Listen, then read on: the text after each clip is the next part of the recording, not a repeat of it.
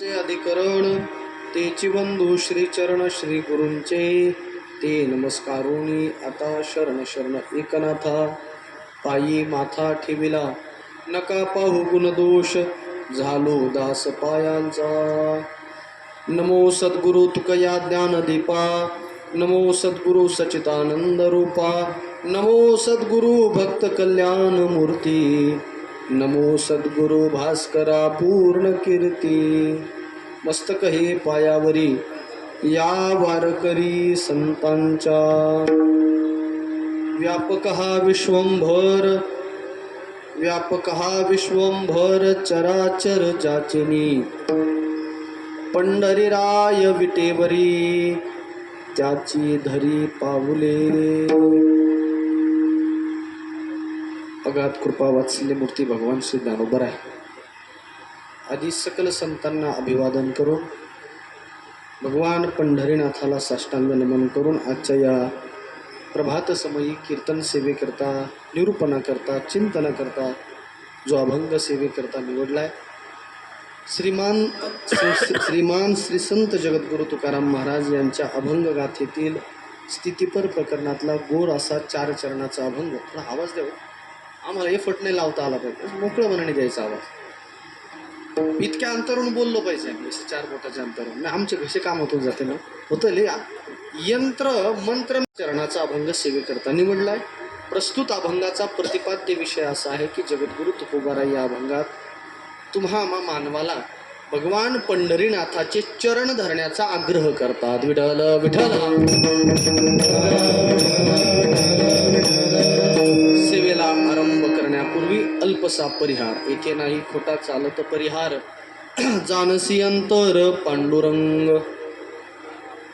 आपल्या या शिंगवे कामत या गावाच्या अंतर्गत असलेली ही दिवाय चारी आणि तिथे ही ढेरे वस्ती आणि त्या वस्तीवरील वैकुंठवासी जनार्दन पाटील ढेरे यांच्या प्रथम वर्ष श्राद्धाच्या निमित्तानं पुण्यस्मरणाच्या निमित्तानं आजची ही हरिकीर्तन सेवा, त्या सेवेकरता ज्यांच्या माध्यमातून हा सुयोग प्राप्त झाला आहे आमचे परमार्थी स्नेही हरिभक्तीपरायण आपल्या गावातील संदीप महाराज ढवळे यांनी मला फोन केला. ही सेवा करण्याकरता त्यांनी मला ही संधी उपलब्ध करून दिली. आजच्या या हरिकीर्तन सेवेकरता उपस्थित असणारे महाराज मंडळी आदरणीय कराळे महाराज, बरोबर ना, कराळे महाराज या गावातले आदरणीय हरिभक्तीपरायण कृष्णा महाराज आहेत. संगीत अलंकार दोघंही एका एकदमच घेऊन टाकतो, दोघंही बरं का. आदरणीय सोपानजी दारकुंडे, आदरणीय आजपळे महाराज, त्यानंतर हार्मोनियमवाले बाबा असतील, गावातील सर्व याच गावातील कुणीजन भजनी मंडळी, सर्वांच्या चरणी अत्यंत सादरतेनं नतमस्तक होतो. सर्वांच्या विषयी अंतकरणामध्ये अतिशय असा आदर आहे. तुकोबाराय एका अभंगात म्हणतात, वैष्णव म्हटलं की माझ्या अंतकरणात अतिशय प्रेम दाटून येतं. कसं हो, तुकोबारायांनी उदाहरण दिलंय. साखर म्हटलं की काय लक्षात येतं, कडूपणा की तिखटपणा. मी ऑप्शन गोडचं नव्हतं दिलं पण तरी तुम्ही उत्तर बरोबर दिलं. साखर म्हटलं की गोडी लक्षात येते, तसं वैष्णव म्हटलं की गोडी लक्षात येते. साखरेचे नाम घेता कळे गोडी, तैसी आम्हा जोडी वैष्णवांची. या सर्व वैष्णव मंडळींच्या चरणी मी अत्यंत सादरतेनं विनयतेने नतमस्तक होतो. वेळ थोडा असतो या नैमित्तिक कीर्तनाला, म्हणून अभंगावरच सरळ चिंतन मांडण्याचा प्रयत्न करायचा आहे. या परिवारामध्ये गेल्या वर्षभरापूर्वी त्यांना 1 सुपुत्र आणि 3 सुकन्या आहेत जनार्दन पाटलांना, बरोबर. बंधू आहेत, पुतणे आहेत. गेल्या वर्षभरापूर्वी ते आपल्यातून स्थूल देहाच्या रूपातून निघून गेलेत.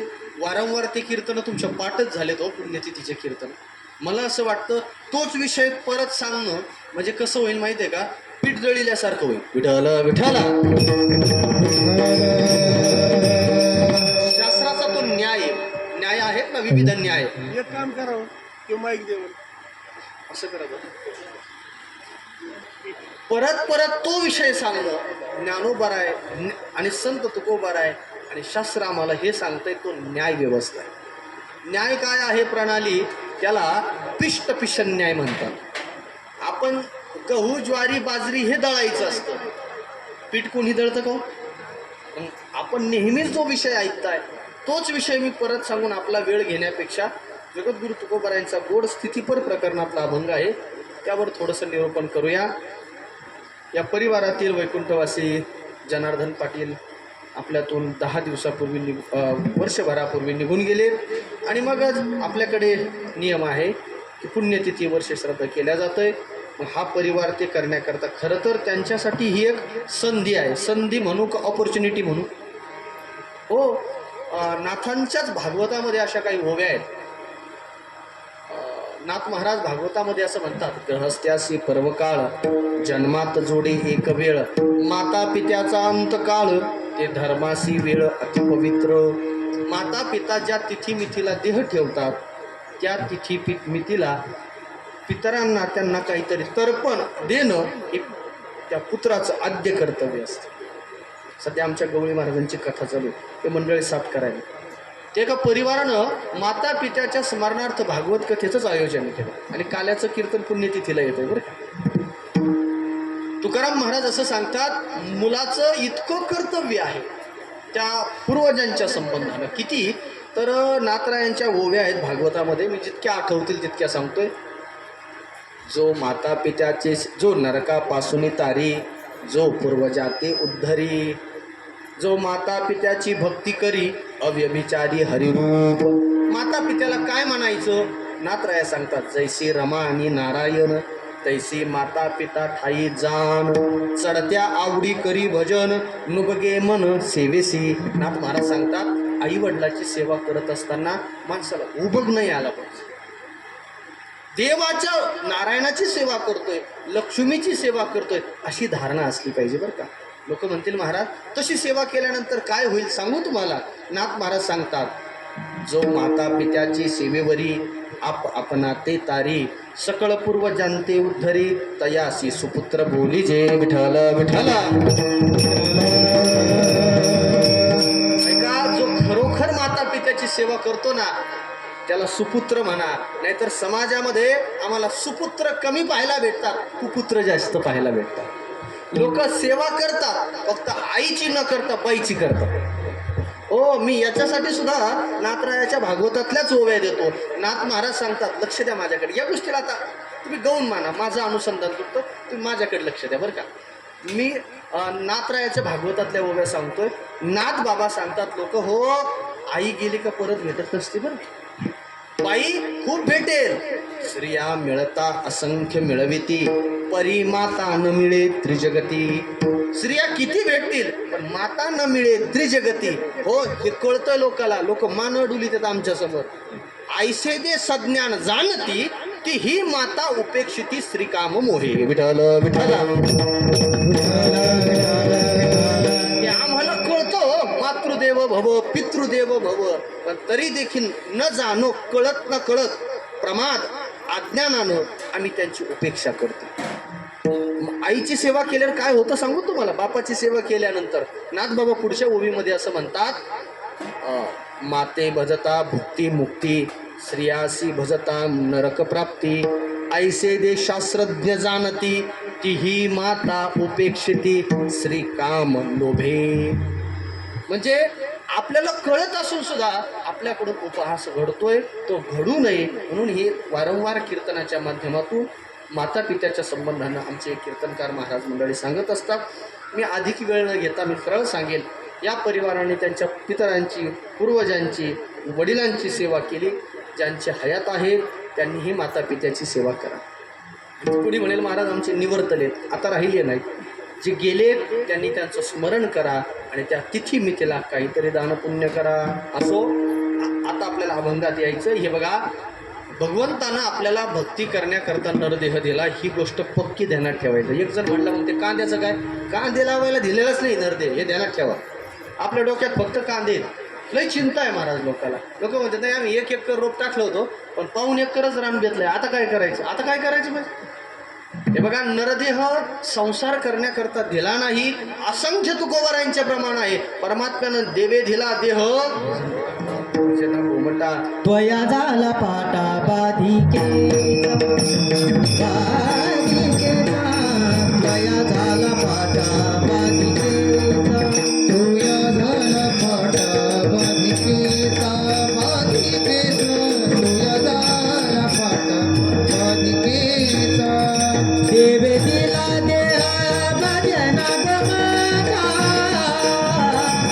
बया झाला फाटा बाधिकेचा बया झाला फाटा बाधिकेचा विधीला देह भजन गोमाता बया झाला फाटा बाधिकेचा बया झाला फाटा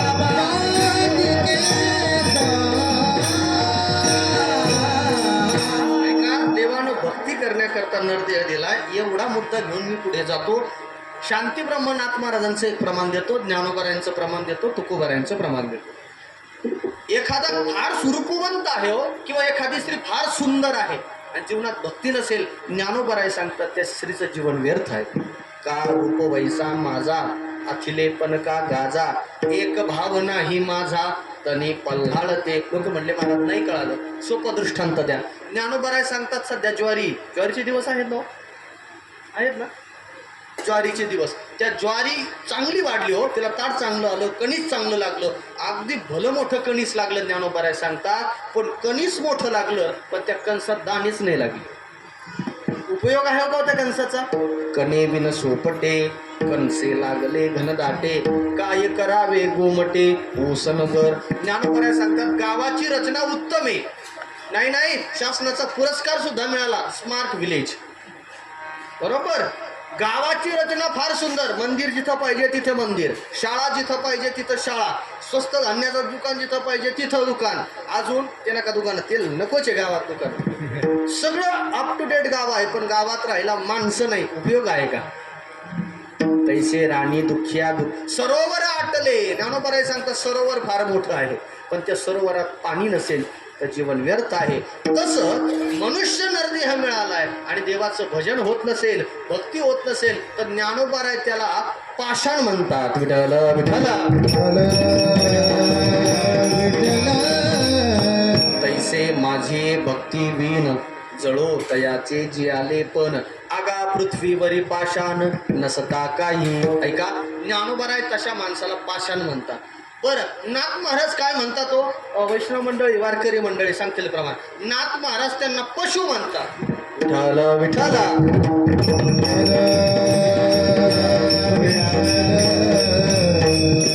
भक्ती बिन पाशु कशाची वाला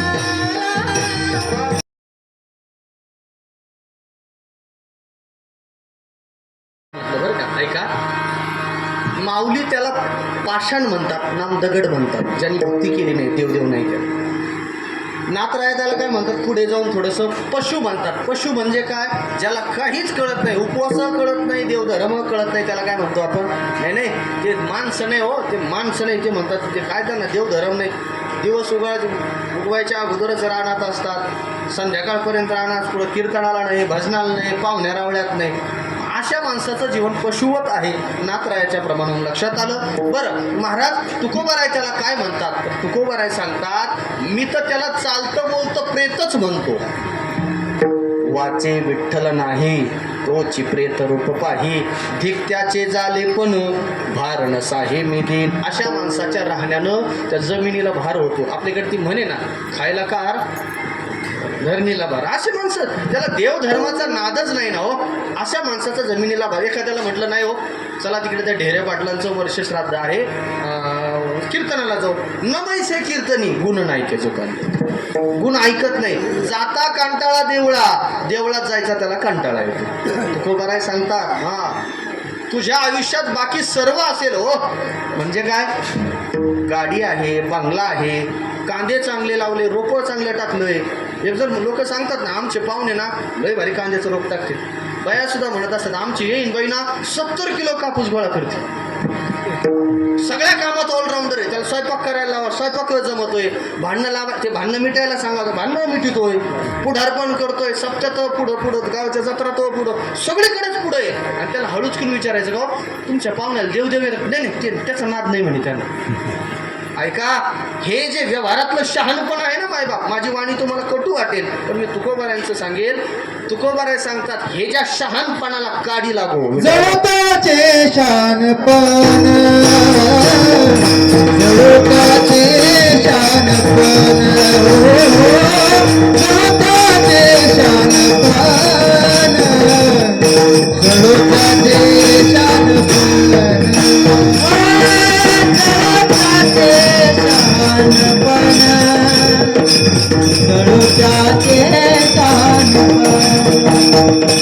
जळोताचे शहाणपण जळोताचे शान हो हरी भक्ती वीण हरी भक्ती वीण हरी भक्ती वीर हरी भक्ती वीर हरी भक्ती वीण हरी भक्ती वीण हरी भक्ती वीर हरी भक्ती वीर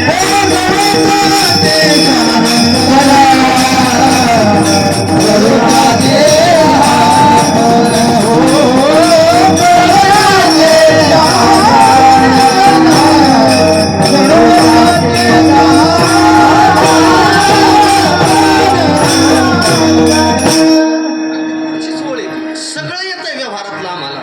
भक्ती करता येत नसेल तर तुकोबाऱ्या सांगतात हरी भक्ती वीण जळो त्याचे शहाणपण. आता पुढची अजून क्रम ते तुमचं पाठ नसेल मी सांगतो. तुकाराम महाराज सांगतात असे माणसं समाजामध्ये ज्या कुळात जन्म घेतात त्या कुळाला ते ठिंग करतात. तुका म्हणे तेने वंशा आणि येले उणे. हे बघा आपल्या वंशाला उणेपणा येऊ नसेल असं वाटत असेल तर माणसं भक्ती करा.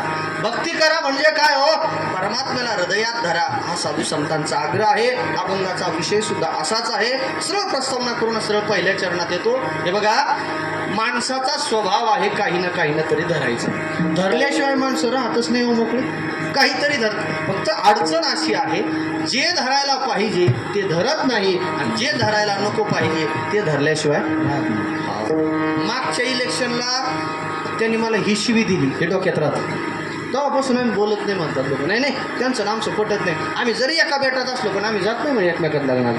फार पुरुषार्थ आहे का आयुष्यभर मनुष्य म्हणून जन्माला येतो आणि वैर घेऊन मरतो. ह्याला काय अर्थ आहे का जीवनात? जे नको धरायला ते आपण जीवनात धरतो. जे धरायला पाहिजे ते धरत नाही. काय धरतो काय नाही धरलं पाहिजे हो. हे बघा आपण अविद्या ही नसलेली कल्पना धरलाय त्यानं जीवदशेला जीव प्राप्त झालाय. कल्पना अविद्या तेने झाला जीव. नको ती कल्पना धरली जीवदशेला प्राप्त झाला. वास्तविक संतांची असंख्य प्रमाण आहेत. जीव कसा आहे मुक्त होता परी बद्ध एवोनिया छंद. अहो जीवाचं स्वरूप काय सांगितलंय? तुका म्हणे हातो स्वये परब्रह्म मूर्खने नेवर्म संत चरण. ऐका आपण नसता तो अहंकार धरलाय आणि त्यानं जीवदशेला प्राप्त झालोय. तुकोबारांचा एक अभंग आहे. तुका म्हणे भार तुका हरी हरी तुका म्हणे भार अहंकार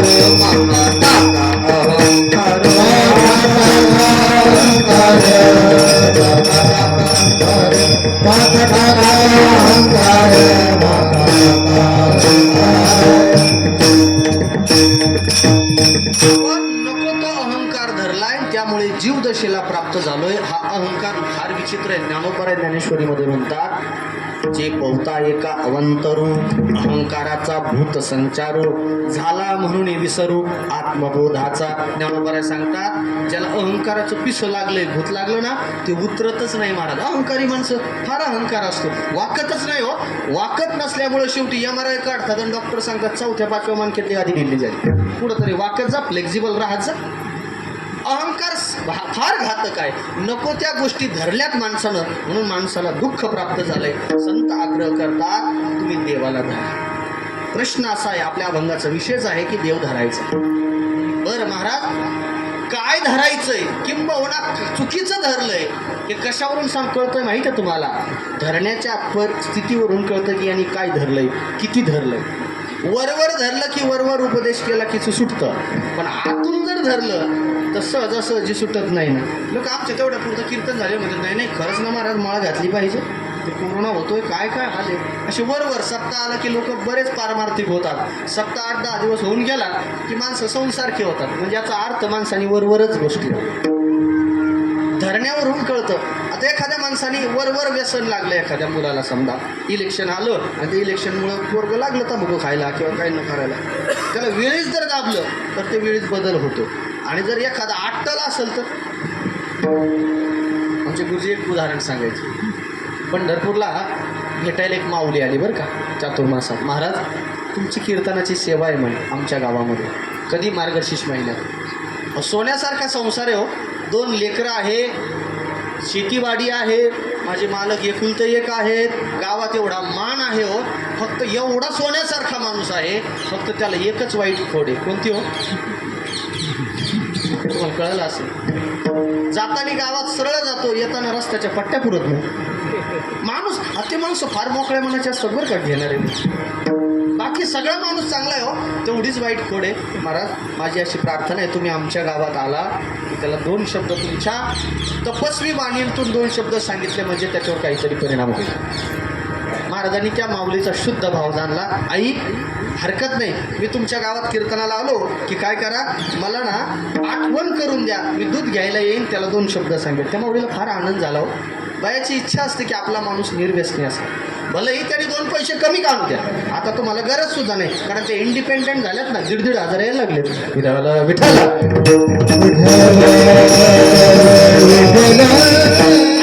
योगायोग त्या दिवशी महाराजांचं कीर्तन, महाराज त्या गावात आले, तासभर लवकर आले. ती माऊली वाटच पाहून होती. आणि त्या दिवशी त्या माऊलीनं आपल्या नवऱ्याला दिवसभर बाहेर जाऊन नाही गेली. पुढं जायचं नाही बरं का, आपल्या घरी महाराज दूध घ्यायला येणार, पुढं जायचं नाही, त्याला बांधूनच ठेवल्यासारखं झालं. बरोबर महाराज आले त्या दिवशी, महाराजांच्या ती गेली, नमस्कार केलं. महाराज ओळखलं का?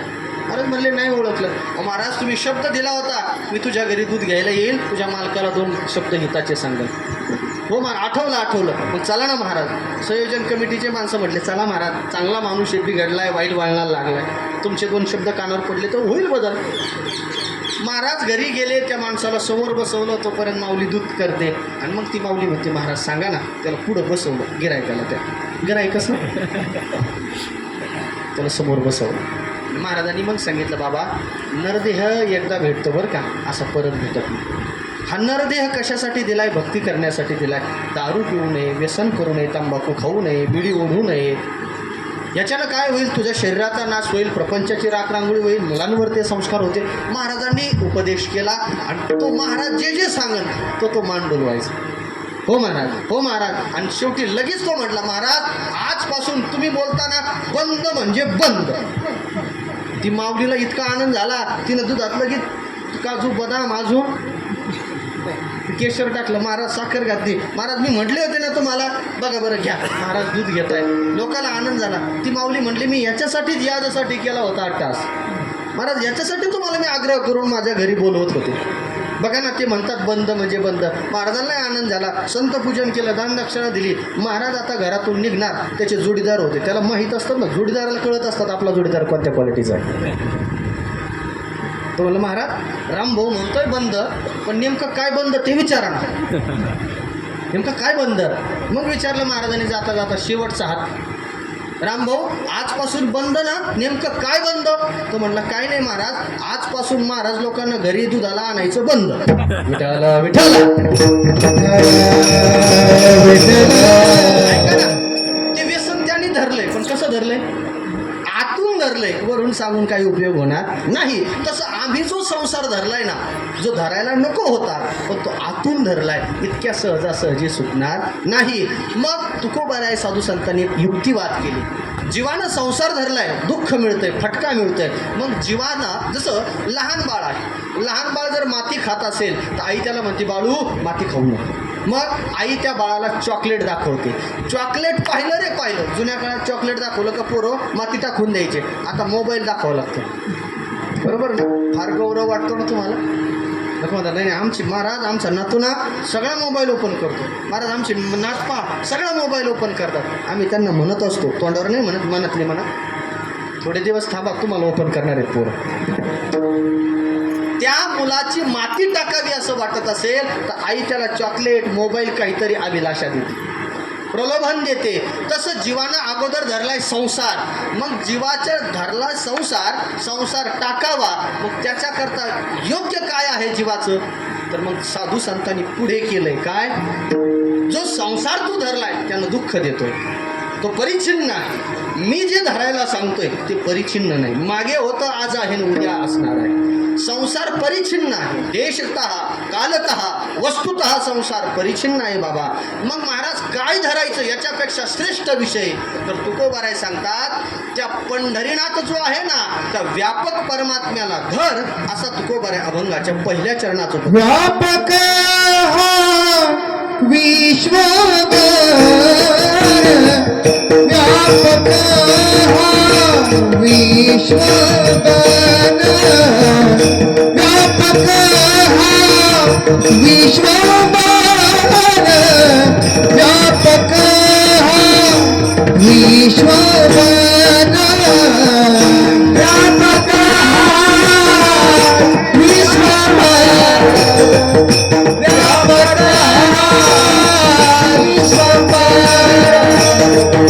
व्यापक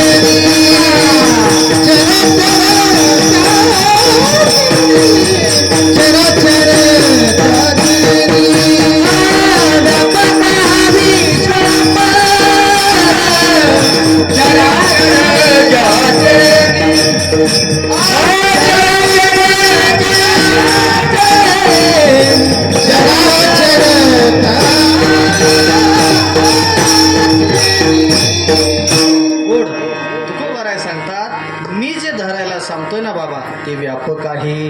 परमात्म्याला व्यापक मानले. संसार व्यापक आहे गो. आता तुमची गाडी बंगला काय असेल ते तुमच्या घरापुरतं राहतं का? आता जवळ कोणतं तिसगाव आहे का? तिसगाव, पाथर्डी, मिरी. घर इथंच राहणार. मिरीत राहत येतं का? काहींचे समजा 2 घरं असतील. बरं ठीक आहे, नगरमध्ये राहील का ते घर? नाही ना, ते परिच्छिन्न नाही तुमचा संसार. गाडी बंगला काय असेल ते सगळं. पण परमात्मा सगळीकडे ओतप्रोत भरलाय हो. विठ्ठल विस्तारेला जणी सप्तही पाताळे भरुणी.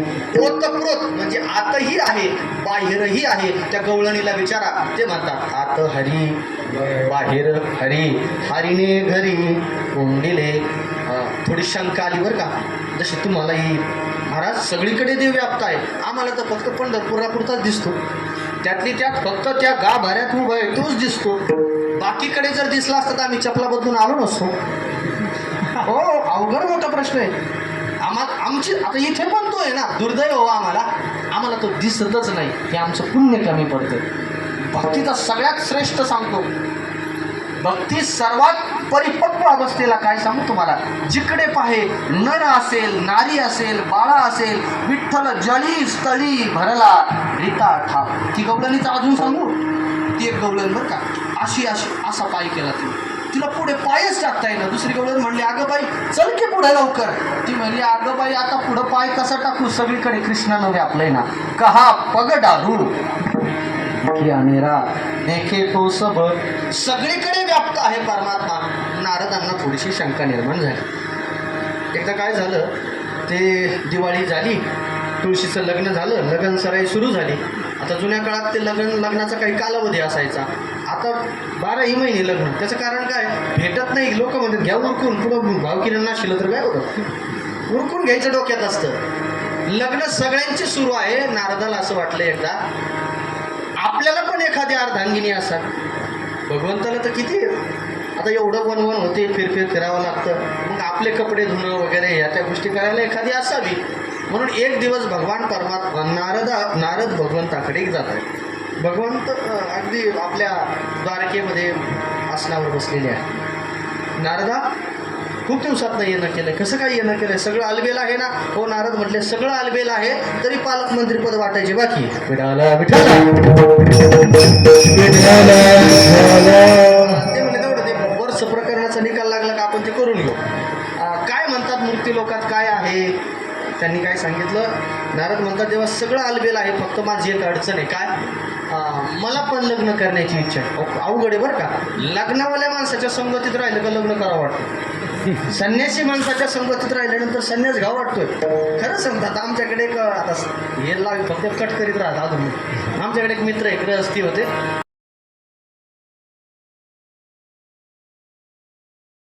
संगती फार महत्वाची. चांगल्याची संगती केली का चांगलं व्हावं वाटतं. भजनी लोकांची संगत केली का भजन करावं वाटतंय. खाणाऱ्याची पिणाऱ्याची संगती केली का आपल्यालाही पश्चाताप येतो. नाही जर लवकरच मला घातली काय वापर. ऐका, देवाच्या एवढ्या राण्या पाहिल्या. नारदाला वाटलं आपण पण फारच चूक केली. देवा मला पण लग्न करावं वाटतंय. भगवंतानं मन जाणलं बरं का. भक्ताचं मन देवालाच कळतं बरं का. पत्नीला पतीचं मन कळतं, शिष्याचं मन गुरुला कळतं, आणि भक्ताचं मन देवाला कळतं. लक्षात आलं? नारदाच्या मनामध्ये विकल्प आला. नारदा अरे सोपं नसतं लग्न करणं. आज पहिले 7-10 महिने बरं वाटतं. एकदा का आणा पाठीमागं लाग. बरोबर आहे? आणा हे आणा ते आणा, फार अवघड आहे महाराज. नारदा नका याच्यात खंड्यात पडू. नाही देवा मला पाहणं एखादी सोयरी, एखादा ठेपा पाहणं, आपल्या भाषेत ठेप. ते म्हटले अगं मी कुठं पाहू आता? जाऊ दे तुम्ही पाहू नका देवा. मग तुमच्या पाहणं किती राणे किती आहेत देवाच्या? देव म्हटले बरं झालं का यांनी माझ्या दारात गाडी सोडली. 16,108 राणे देवा. एखादी दिली तर काय हरकत आहे? ते म्हणतात ना त्या भूमीला लई पाया असतात, एखादा मोडला तर काय हरकत. ते म्हटलं असं का? नारदा मी देईन तुला राणी. तू ज्या राणीच्या घरी मी नसेल अशा राणीला घेऊन ये, तिच्याशी तुझं लग्न लावून देतो. नारद महाराज दुसऱ्या दिवशी भल्या पहाटे उठले. काकडा नाही काहीच नाही. सगळं आंघोळ स्वच्छ केलं आणि पटकन निघाले. पहिल्या राणीच्या घरी गेले. परमात्मा तिथे नुकतेच उठलेले आहे. देवी तिला गरम पाणी देते. दुसऱ्या घरी निघाले तर भगवंत स्नानाला गेले. तिसऱ्या घरी भगवंत वस्त्र परिधान करतात. चौथ्या घरी भगवंताची पूजा चालू. 5व्या घरी भगवंत सकाळी सकाळी नाश्ता करतात. अशी दुपार नाही संध्याकाळ झाली, पाय दुखायला लागले. आता किती सांगू तुम्हाला? देव कुठं नाही हो, सगळीकडे देव व्यापलेला आहे. शेवटी नारदाला संध्याकाळ झाली, अन्न नाही पाणी नाही, भजन घडलं नाही पत्नीच्यामुळे. आणि मग पश्चातापाला देवासमोर आले. देवा ही जर अगोदर फजिती करायची होती तर मग अगोदर सांगायचं ना. मग नारदा मी तुम्हाला हेच सांगतोय ना, मी कुठं नाहीये, सगळीकडे व्याप्त आहे ना. मी मगाशी तुम्हाला प्रमाण दिलं. विठ्ठल जळी स्थळी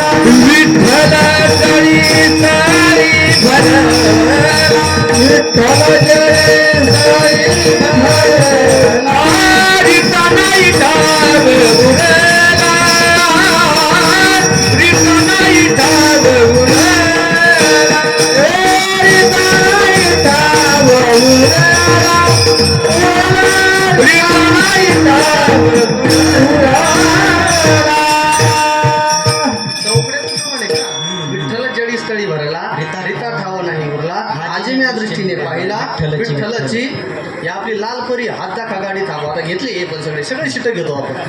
ऐका ना, ऐका, देव सगळीकडे आहे का नाही? बांधावर पण देव बरं का.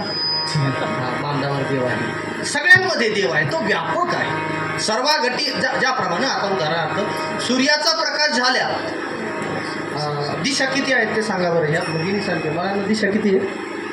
10 दिशा. मी एक जणाला विचारलं परवा दिवशी, ते 12. मी म्हणलं कधी वाढल्या? दिशा 10 आहे बरोबर. आणि मी त्याला हळूच करून विचारलं खाली समोरच्या माणसाला, का हो पूर्व दिशा कोणती आहे? तर म्हटलं सांगा ना काका पूर्व दिशा कोणती? तो म्हणला भैयाची मम्मी म्हणत ती पूर्व दिशा. कळतंय ना? ऐका, पूर्व दिशेला सूर्याचा उदय झाला, पूर्व दिशेच्या राऊळी सूर्य येताची दिवाळी. मग सूर्याचा उदय पूर्व दिशेला झाला, प्रकाश मात्र 10 दिशेला व्याप्त असतो. ज्ञानोबराय हरिपाठामध्ये म्हणतात सर्वगती राम. सूर्य प्रकाशक सहस्ररश्मी, सहस्ररश्मी सूर्य प्रकाशक सहस्ररश्मी, सूर्य प्रकाशक सहस्ररश्मी, सहस्ररश्मी सूर्य प्रकाशक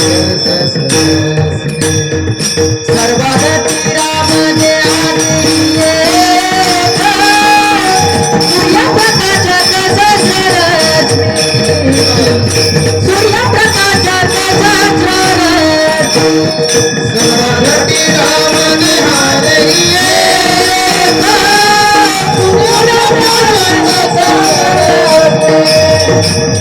सूर्यप्रकाशक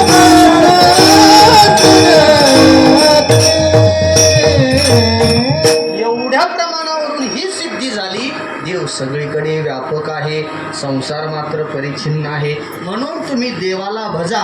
व्यापक हा विश्वंभर या शब्दाचा अर्थ आहे विश्वाचं भरण पोषण करतोय तो विश्वंभर. ऐकणारी माणसं म्हणतील महाराज सकाळी उठल्यापासून संध्याकाळपर्यंत आम्ही राबतो ना, तो संसार आम्हाला तुकडं पाणी देतोय हो, म्हणून आम्ही संसार करतोय. देव काही देतो का? देव काय देत नाही, देवच सगळं देतोय ना. हे आम्हाला कधी कळणार आहे? त्वमेव माता पिता त्वमेव बंधू सखात. देव सगळ्यांना खाऊ घालतो, फक्त एक प्रमाण देतो पुढच्या चरणात येतो. तुकोबाराय सांगतात, अहो ज्या मुलाचा जन्मच झाला अशा मुलाची व्यवस्था परमात्मा करतोय. गर्भी असता बाळा कोण पाळी त्याचा लळा, गर्भातल्या बाळाची बाळा दुधा कोण खरी ते उत्पत्ती, वाढवी श्रीपती सगळे गुण. अहो मुलाला बाहेर येण्याच्या अगोदर स्तनामध्ये विष जो निर्माण करतो तो परमात्मा. तुकोबाराय सांगतात, ऐका प्रमाण दिलंय मी आता तुम्हाला. गर्भी असता बाळा कोण पाळी त्याचा लळा, ऐसा लाघवी सूत्रधारी माझा कृपाळू आहारी. सर्प पिले विताची खाय वाचवी त्या कोण माय. जेव्हा सर्पीन वेलत असते ना, सर्पीन मुलाला जन्म देते, तिच्या पोटातून असंख्य सर्प बाहेर येतात. सापाची एक जात वेगळी, ती अशी पुढे मुलाला जन्म देत जाते आणि मागं युटर्न घेतला तिनं की त्या पिलाला खात येत असते. तुकोबाराय म्हणतात त्या पिलांना छोट्याशा इवल्याशा पिलांना बाजूला सरका हे सांगणारा कोण आहे? तो माझा विश्वंभर. अहो सकळ जीवाचा करीतो संभाळ तुझं मोकली. हे आम्ही डबल चाललो प्रमाण म्हणतोय, रात्रंदिवस धावतो हे दुर्दैव.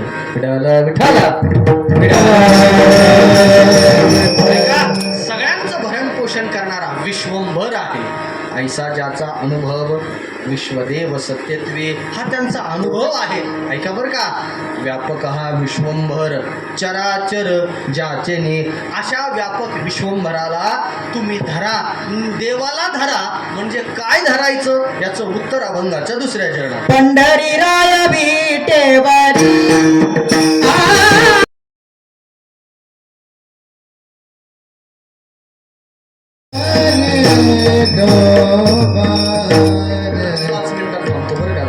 वेळेवर थांबतो, प्रत्येकाच्या पाठीमागं गाई सरळ सरळ संगती लावतो चरणाची. देवाला धरणं म्हणजे काय, कसं धरणं आहे? तुकोबारायण सांगतात, पंढरी राय विटेवरी त्याची धरी पाऊल. धरणं हा शब्द कसा आहे माहिती आहे का? तत्सम शब्द आणि तद्भव शब्द आहे संस्कृतामध्ये. काही शब्द जसे की तसे मराठीत वापरायला आले, जसं पृथ्वी शब्द, माता शब्द संस्कृतातही आहे, मराठीमध्ये तसाच आहे. तसा धरणे शब्द हा तद्भव शब्द झाला पाहिजे. धरणं आणि कसं धरलं पाहिजे, कुणी धरलं हो हे पण कळालं पाहिजे. परमात्म्याला धरणं म्हणजे काय धरणं, कसं धरणं, पद्धती कळाली पाहिजे. तुकोबरायसारख्या महात्म्यानं परमात्म्याचं नाम धरणं हे धरणं आहे. परमात्म्याचं ज्ञान धरलं अर्जुनानं, चरित्र धरलं भगवतामध्ये परीक्षिती राजानं परमात्म्याचं चरित्र धरलंय, नाम धरलंय तुकोबारायांनी, काहींनी रूप धरलंय, त्या रुक्मिणीनं गुण धरले. फक्त परमात्म्याचं गुण गायले हो ब्राह्मणानं, तर रुक्मिणीनं मनोमन कृष्णाला वर्ण, याला गुण धरणं. नाम धरावं, परमात्म्याचं नाम धरलं की तो आपोआप आकळल्या जातो. भाव बळे आकळे एरवी ना कळे, करतळी आवळे तुकोबारा. आणि त्याचं नाम धरलं की तुमचा सगळा योगक्षेम देव निवारण करतो. त्याच्याकरता एवढंसं छोटंसं उदाहरण सांगतो. तुकोबारायांना आपली धर्मपत्नी जिजाई आईसाहेब, एकदा काय झालं, तुकोबाराय जो काही व्यापार करायचे ते व्यापारामध्ये तोटा यायचा. का, लक्षच नव्हतं ना व्यापारावर. मग अनेक लोकांचं कर्ज झालं महाराजांवर. एकेकाळी महाराजांनी लोकांना कर्ज दिलं, आता महाराजांवर कर्ज झालं. काय झालं, जिजाईनं स्वतःची पत गहाण ठेवली आणि 200 रुपये सावकाराकडून व्याजाने घेतली. लोक म्हणतील महाराज जिजाईला लोक ओळखत होते का नव्हते ओळखत? कारण जिजाई कोणाची मुलगी होती? पुण्याच्या आप्पाजी फुळवे सावकाराची मुलगी होती. त्याच्यामुळं जिजाईनं आपली पत गहाण ठेवली आणि सावकाराकडून 200 रुपये व्याजाने घेतले आणि महाराजांच्या हातात दिले. महाराज ही शेवटची संधी, परत संधी नाही. आता का विना पैसे, तर म्हणतात ना, आता का 200 ते 300 जोपर्यंत होत नाही तोपर्यंत घरी यायचं नाही. दम दिला महाराज जिजाईने. नाहीतर माझ्याशी गाठ आहे बघा, आता परत कोणी विचारत नाही, मुलाबाळांचं काय होणार. तुकाराम महाराजांनी मांडव, श्री विठ्ठल, जय विठ्ठल निघाले महाराज. मावळात गेले, मिठाचा व्यापार केला. 200 चे 250 रुपये झाले बरं. आता 250चे पुन्हा 300 झाले. मिरच्या घेतल्या आणि विकल्या. व्यापाराचा नियम आहे, वस्तू कमी पैशात घ्या आणि जास्त पैशात विका, त्याचं नाव व्यापार आहे.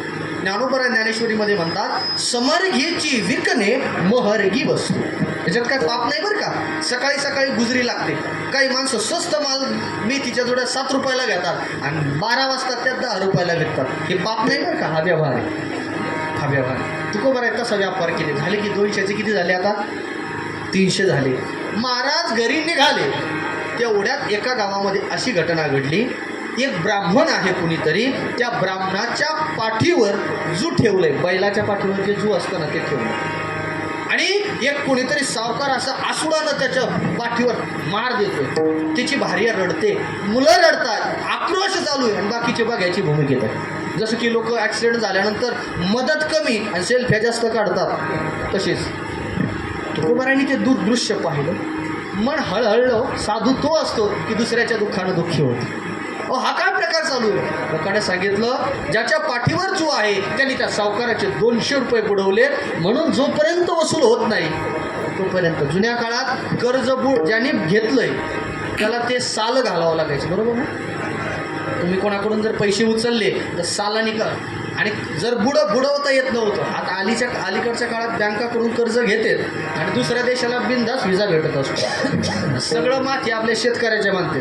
शेतकऱ्याने सोयाबीन केलं का रिवर्स, कांदा केला का रिवर्स, ऐका वसूल करून घेत आहेत. तुकाराम महाराज म्हणतात, त्यांना काही दयामाया आहे की नाही. काढा म्हणे त्याच्या पाठीवरचं जून. अहो ते पैसे मी देतो म्हणे. महाराजांच्या खिशात किती पैसे होते हो? हिशोबी माणसे सांगा ना. 300 रुपये. ते उतरवलं जो आणि किती पैसे? 200. मोजून नोटा दे, घ्या 200 रुपये.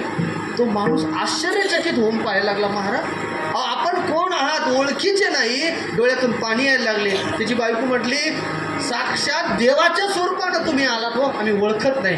तुकाराम महाराज म्हटला, जाऊ द्या ते सोडा विषय. महाराज असं चरित्र सांगतो, फार मोठं आहे, ते मला सांगायला वेळ नाही. तुकाराम महाराज त्या माणसाला नाव्याकडे घेऊन गेले, त्याची हजामत केली, त्याला नवीन कपडे घेतले, त्याच्या मुलाला कपडे घेतले, त्याच्या बायकोला पातळ भरलं घेतले उरलेल्या पैशात बरं का. की वाण्याच्या दुकानात गेले, किराणा घेतला आणि गावाच्या मंदिरामध्ये भली मोठी पंगत घातली. सगळ्या ब्राह्मणाला जेवू घातलं. नुसतं जेवू नाही घातलं, दक्षिणासहित जेवू घातलं. नियम आहे तसं साधूला बिना दक्षिणाचं जेवू नाही घातलं पाहिजे. विठाला विठाला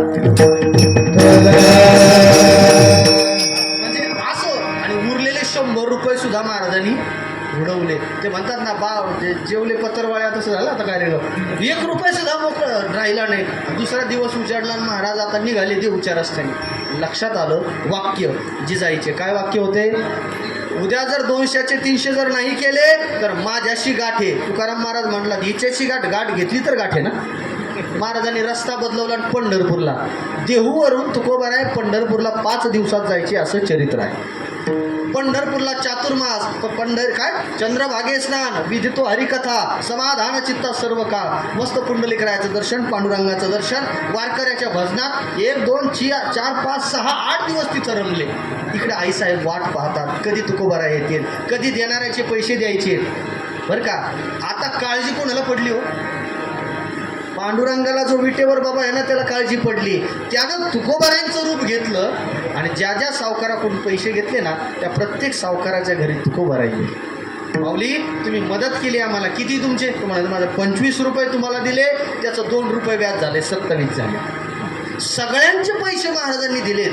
आणि त्या पोहोच ज्या असतात ना पावत्या, त्या पावत्या घेतल्या. 4-2 सावकार एकत्र केले. त्यांना सांगितलं तुमचे पैसे आले, पावत्या आहेत. आता उरलेले पैसे हे काय करा, त्या पावत्या आणि हे पैसे माझ्या बायकोला घरी जाऊन घेऊन द्या. ते म्हणले महाराज तुम्ही द्या ना. ते म्हणले नाही दिलं असतं पण 7-8 दिवस जास्त माझ्या इकडे गेले ना. तिचा स्वभाव तुम्हाला तर माहिती आहे, खाष्ट स्वभाव आहे. ती मला बोलेल, मला आता पंढरपूरला जायचं, हे पैसे पावत्या तिला द्या. लोकांना काय महाराज त्यांना त्यांचे पैसे आले. ते सावकार गेले, जिजाई घाबरल्या. आता सावकार आपल्या दारी आल्यानंतर काय करणार?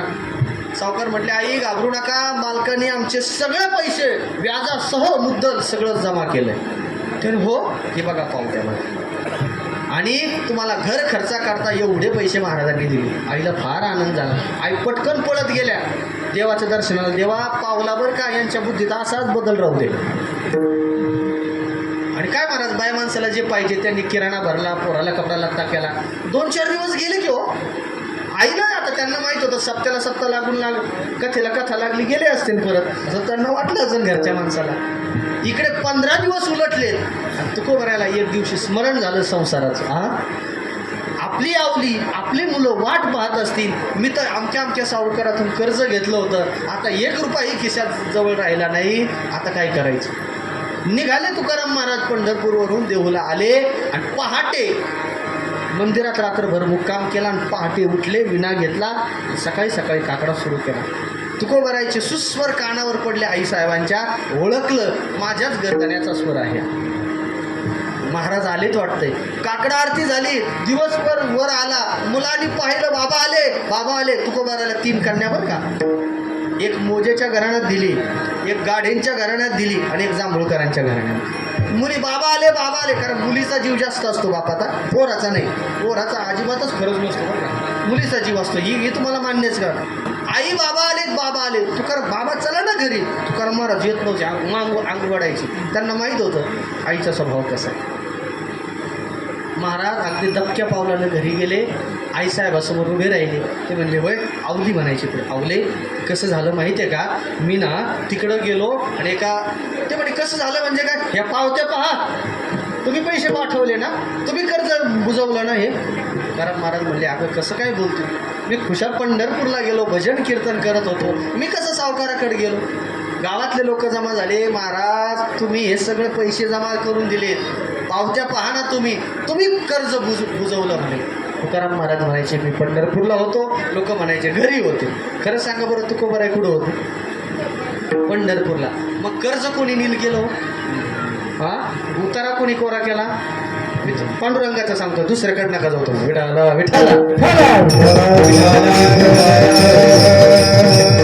ऐका. तुकाराम महाराज ताडकान तिथून निघून गेले, देवाच्या समोर उभं राहिले. पंढरपूरचा देवचा पांडुरंग आहे ना, ती स्वयंमूर्ती विश्वंभर बाबांनी आणलेली. देवासमोर देवाची हाजरी घेतली. देवा अरे आम्ही तुझा भार घातला होता का तुझ्यावर संसाराचा, नसताना देखील देवा तू माझं ओझं का वाहतो.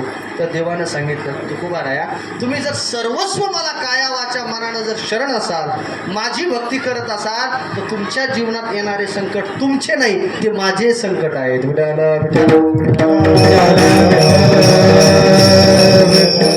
असं तुकोबारायांचं देवानं काम का केलं, तर उत्तर असं आहे आहे की तुकोबारायाने देवाचं नाम हृदयात धरलंय म्हणून परमात्म्यानं योगक्षेम निवारण केला. पंढरीराय विटेवरी त्याची धरी पाहुले ज्ञानेश्वर श्री ज्ञानराज माधव